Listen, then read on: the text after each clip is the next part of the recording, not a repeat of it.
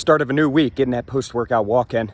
Monday morning, stock market looks to be in the green. We've got the futures up after last week, 5 days in a row of a down market. We saw that dollar moving lower, saw the stock market moving lower, seeing a reversal coming into this week. Stock market higher, we've got the S&Ps up over 20, so about a 0.5% move higher. Also seeing that dollar strength this morning.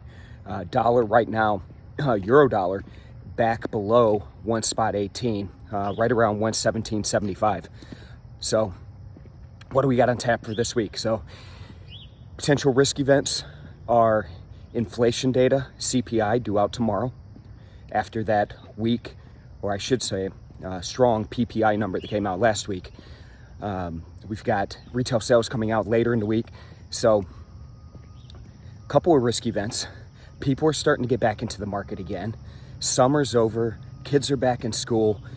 Vaccination talk this morning, they're saying that this vaccine for children could be approved as early as next month. So a lot shaking these markets up.